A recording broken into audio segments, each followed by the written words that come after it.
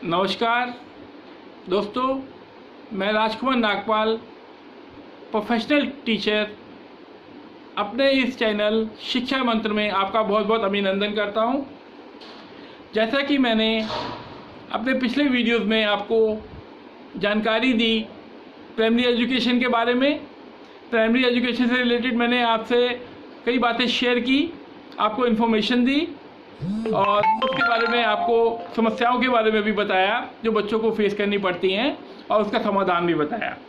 इसी तरीके से मैंने आपको मिडिल क्लासेस के बारे में भी मैंने आपसे चर्चा की, उनसे संबंधित जानकारी दी, उनसे संबंधित टिप्स दी और उनसे रिलेटेड प्रॉब्लम्स जो है वो आज हम डिस्कस कर सकते हैं। और थोड़ा सा कि बच्चों को जो है जैसे 8 तक के बच्चे होते हैं, 6 to 8 के बच्चों को मैथ्स में ज़्यादा प्रॉब्लम आती है, तो मैथमेटिक्स में थोड़ी अगर प्रॉब्लम आती है बच्चों को, आजकल लॉकडाउन का दौर अभी चल रहा है और अभी जो है ऑनलाइन क्लासेस चल रही हैं।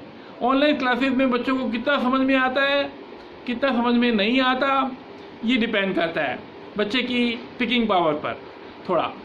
कुछ बच्चे थोड़ा सा पिक करने में टाइम लगाते हैं, कुछ थोड़ा जल्दी कर लेते हैं। ये हर बच्चा अपने आप में यूनिक होता है, ऐसा कुछ हम किसी को कंपेयर नहीं कर रहे हैं, लेकिन थोड़ा सा बेस पे भी डिपेंड करता है कि बेस कैसा रहा, उसके भी डिपेंड करता है कि बच्चे की पिकिंग पावर कैसी हो गई है या कैसी बन गई है। लेकिन कोई बात नहीं, इसमें कोई दिक्कत वाली बात नहीं है, कोई प्रॉब्लम वाली बात नहीं है। बच्चे जो है चाहे धीरे करें चाहे फास्ट करें, लेकिन धीरे धीरे करके जो है परफेक्ट हो जाते हैं, वो कोई दिक्कत वाली बात नहीं है। बच्चे मैथमेटिक्स पे प्रैक्टिस करें, जो क्वेश्चन सम्स वगैरह बताए जाते हैं टीचर के द्वारा ऑनलाइन एजुकेशन में, या वो उनके ट्यूटर आते हैं वो समझाते हैं, तो रोज़ बच्चे 1 से 1.5 घंटा 2 घंटा मैथ्स में प्रैक्टिस करें। अभी उनके पास काफ़ी टाइम है और वो कर सकते हैं। दूसरी चीज़ों के अलावा दूसरी चीज़ें भी करें, लेकिन पढ़ाई भी करें और इसमें वो परफेक्ट बन जाए। मैथमेटिक्स में 9th 10th में आज हम बात कर रहे हैं अपने जो है सेकेंडरी एजुकेशन के बारे में। 9th 10th में ज़्यादातर जो है काफ़ी चैप्टर्स हैं मैथमेटिक्स में। लीनियर इक्वेशन हो गया, सर्कल्स हो गया, एरिया ऑफ ट्रायंगल हो गया, एरिया ऑफ क्वाड्रिलेटरल हो गया, हीरोस फार्मूला हो गया, उसके अलावा और भी हैं। 10th में भी काफ़ी सारे चैप्टर्स हैं। तो लेकिन जो कॉमन है कुछ चैप्टर जैसे हो गया हमारा डाटा हैंडलिंग, स्टैटिस्टिक्स कहते हैं जिसे हम, या फिर जो हो गया अपना प्रोबेबिलिटी। तो ये कुछ चैप्टर 2-3 कॉमन है। सर्कल भी है, वैसे तो 9th में भी सर्कल है, 10th में भी सर्कल है, लेकिन आज हम थोड़ा सा बात कर सकते हैं स्टैटिस्टिक्स के बारे में। स्टैटिस्टिक्स की क्या आवश्यकता होती है, क्या जरूरत पड़ती है कि हमें स्टैटिस्टिक्स करनी पड़ती है। ज्योमेट्री की जहाँ तक मैं आपको बता दूँ, ज्योमेट्री जो 9th में बच्चे पढ़ते हैं और थोड़े से खिंचते हैं, चिढ़ते हैं कि ये ज्योमेट्री क्यों पढ़नी पड़ रही है, ये तो मुसीबत है, ये क्या करना पड़ रहा है, ये क्यों ऐसा करना पड़ रहा है। बच्चों ये आपको आगे चल के पता चलेगा, जब आप हायर एजुकेशन लेंगे तो आपको ज्योमेट्री की वैल्यू पता चलेगी। ये जो ब्रिजेस बनते हैं, ये जो बड़े बड़े हाईवेज बन रहे हैं और बड़ी बड़ी इमारतें बनती हैं, ये ज्योमेट्री बेस्ड होती हैं। इनमें एंगल्स वगैरह का किसी एंगल लेना है, कितने डिग्री पे लेना है, क्या करना है, कैसे करना है, ये सारी ज्योमेट्रिकली बेस्ड होती हैं। ये आपको आगे आके पता चलेगा। आइए हम बात करते हैं थोड़ा सा साइंस विषय के बारे में। थोड़ा सा इससे पहले हम थोड़ा सा डिस्कस कर सकते हैं प्रोबेबिलिटी के बारे में भी। प्रोबेबिलिटी किसी चीज़ की भी प्रोबेबिलिटी 1 होती है। अगर हम टोटल परसेंटेज लें कि अगर हम घर का ही बजट लगाते हैं, आपके फादर या मदर या आप लगाने बैठते हैं, तो आपको ये पता चलता है कि भाई कितने % जो है आपने ग्रॉसरी पे स्पेंड किए, कितने एजुकेशन पे स्पेंड किए, कितने आपने जो है फूड पे स्पेंड किए, मंगवाने में रेस्टोरेंट्स वगैरह से, कितने आपने जो है वेजिटेबल्स पे, फ्रूट्स पे, पल्सेस पे स्पेंड किए, कितने ही % आपके जो है सेव हुए। आप सबकी परसेंटेज निकाल के जो है उसको जो है पॉइंट्स में आएगी और वो 1 से माइनस कर देना, सबको प्लस करके 1 से माइनस कर देना, तो वो आपकी सेविंग्स होगी। तो ये 9th 10th दोनों में ही है। और जो स्टैटिस्टिक्स में होता है वो होता है आपका डेटा होता है, जैसे कि आपके सर्वे के लिए कुछ लोग आते हैं और जो है वो आपसे आपकी मदर से, आपके फादर से थोड़ी सी डिटेल्स लेते हैं कि भाई आपके 10 ईयर्स तक के बच्चों में कितने बच्चे आते हैं, कितने बच्चों के उनके नाम बताइए, उनकी एज बताइए, फिर 10 to 20 या 25 तक के में, फिर ऐसे आगे सो ऑन इस तरीके से जो है वो ग्रुप्स करके लेके जाते हैं। तो एक ही एरिया में, आपके पार्टिकुलर एरिया में जहाँ भी आप रहते हैं, पार्टिकुलर एरिया में कुछ लोगों को ये काम जिम्मेवारी सौंपी जाती है और वो जो है इसको बहुत ध्यान से और बहुत जिम्मेवारी के साथ पूरा करते हैं और प्रॉपर डेटा लेके जाते हैं, उसे रॉ डेटा कहते हैं।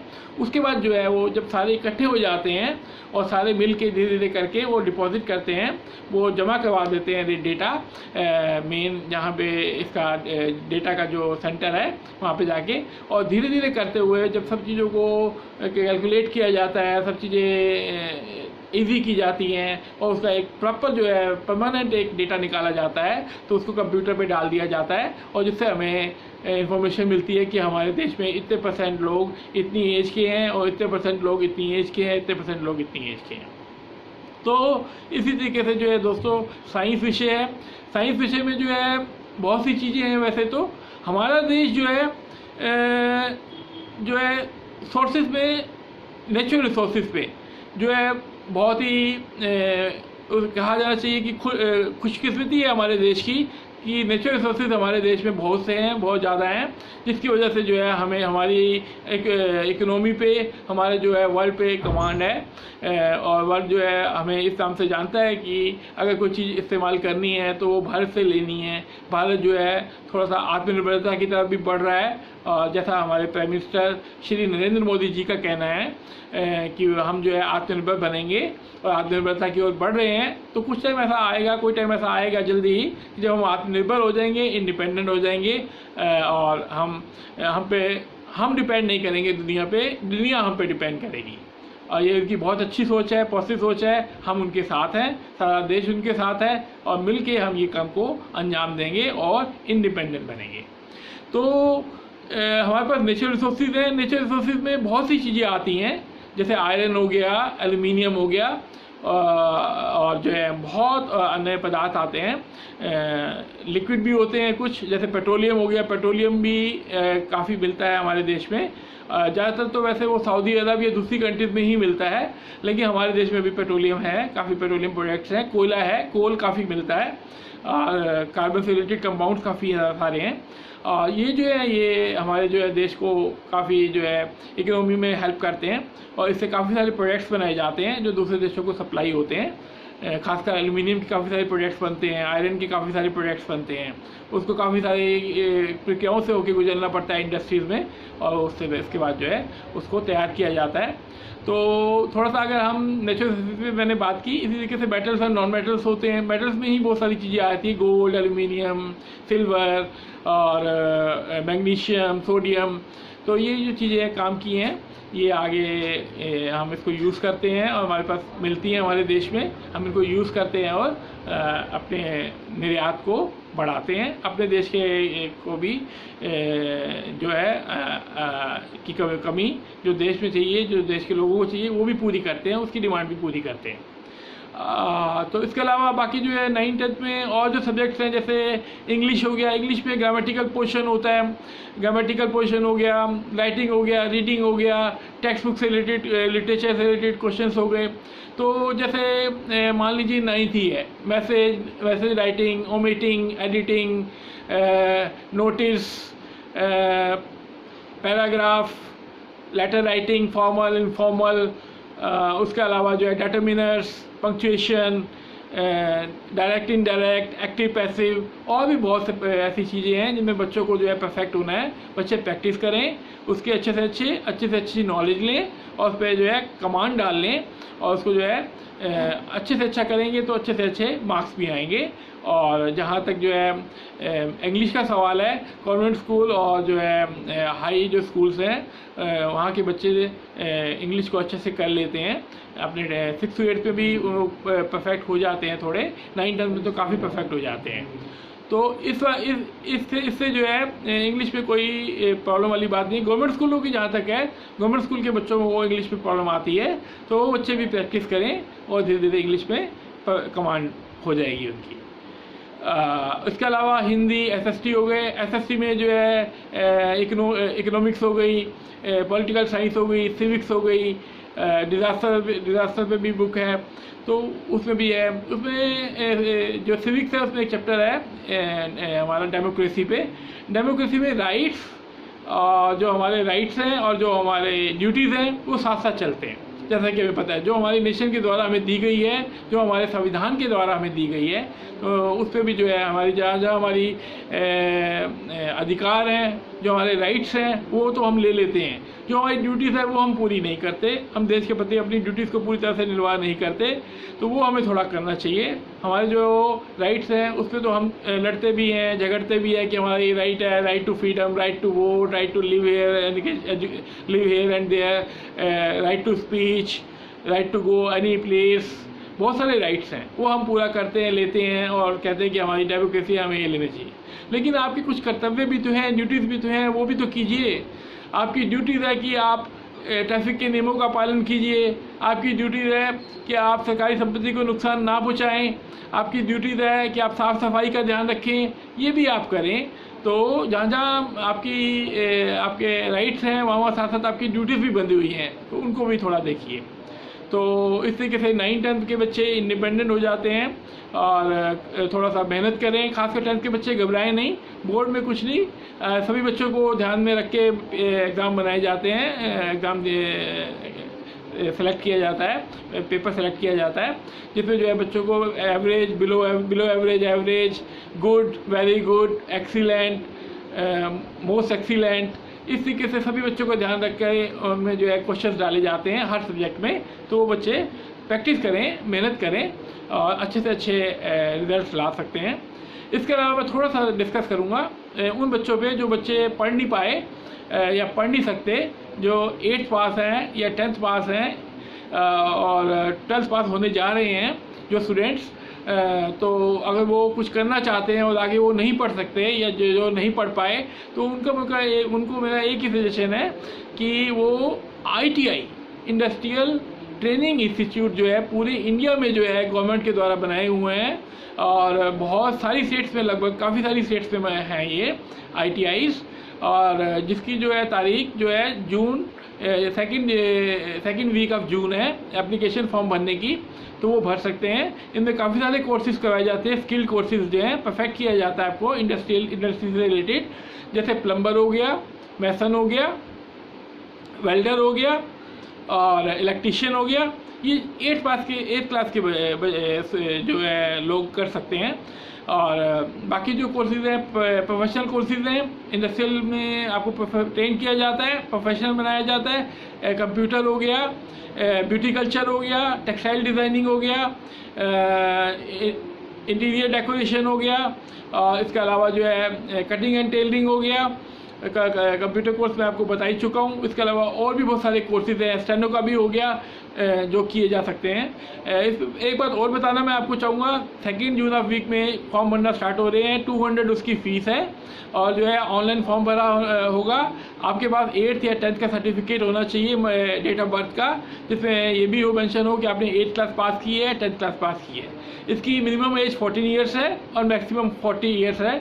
40 ईयर्स तक के 39 ईयर्स के लोग भी इसको अप्लाई कर सकते हैं इसमें, और वो उसके अकॉर्डिंग जो है 8th पास है तो उसके अकॉर्डिंग वो अपने उनको कोर्स यूज़ कर सकते हैं, 10th पास है तो उनको अपने अकॉर्डिंग कोर्स यूज़ कर सकते हैं, और 12th के हैं तो वो अपने अकॉर्डिंग चूज़ कर सकते हैं कोर्स। इंजीनियरिंग में भी कई बच्चे को जा सकते हैं, इंजीनियरिंग कोर्स भी करवाए जाते हैं 12th के बाद, तो इंजीनियरिंग भी कर सकते हैं।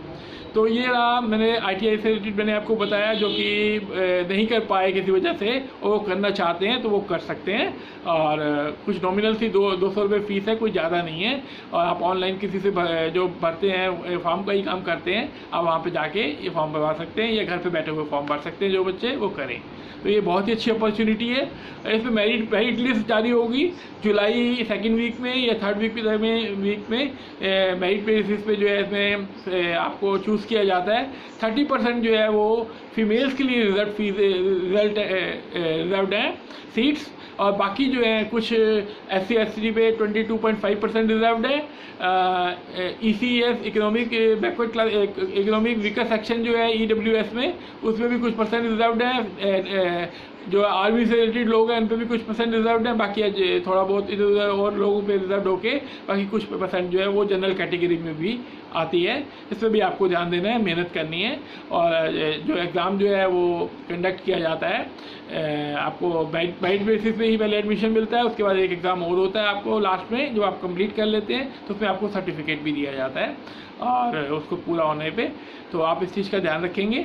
और मैंने आपसे जो काफ़ी चर्चा की इस विषय में कि भाई आप कैसे अपने आप को आगे कर सकते हैं। बाकी 12th के रिजल्ट आने के बाद मैं आपको और भी अपॉर्चुनिटीज़ बताऊंगा जो बच्चे कॉलेज में जाना चाहते हैं और उससे रिलेटेड जो कोर्सेज़ हैं जो वो कर सकते हैं या एडमिशन ले सकते हैं BA BCom BSc में। तो मैं आपको part 1 BA BCom BSc part 1 part 2 part 3 इस तरीके से मैं आपको बताऊंगा इसके विषय में और जो है जानकारी दूंगा आने वाले टाइम में। अभी एकदम से अभी 12th के रिजल्ट्स आने वाले नहीं हैं, तब तक इन्फॉर्मेशन आपको प्रॉपर इन्फॉर्मेशन आपको मिल जाएगी, गाइडेंस मिल जाएगी और आपका कैरियर का चुनाव आप कर सकते हैं।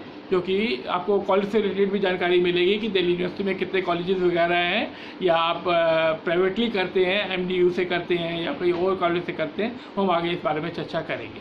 तो आज बस इतना ही मैंने आपके साथ जानकारी शेयर की। आशा है आपको पसंद आई होगी। अगर आपको अच्छा लगा, मेरा वीडियो अच्छा लगा, आपको इन्फॉर्मेशन अच्छी लगी, मेरे द्वारा बताई हुई बातें समझ में आई, तो आप प्लीज़ मेरे चैनल को लाइक करते हुए सब्सक्राइब कर दीजिए और जो है बेल आइकन को दबा दीजिए, जिसमें ऑल की ऑप्शन आएगी, ऑल को क्लिक कर दीजिए।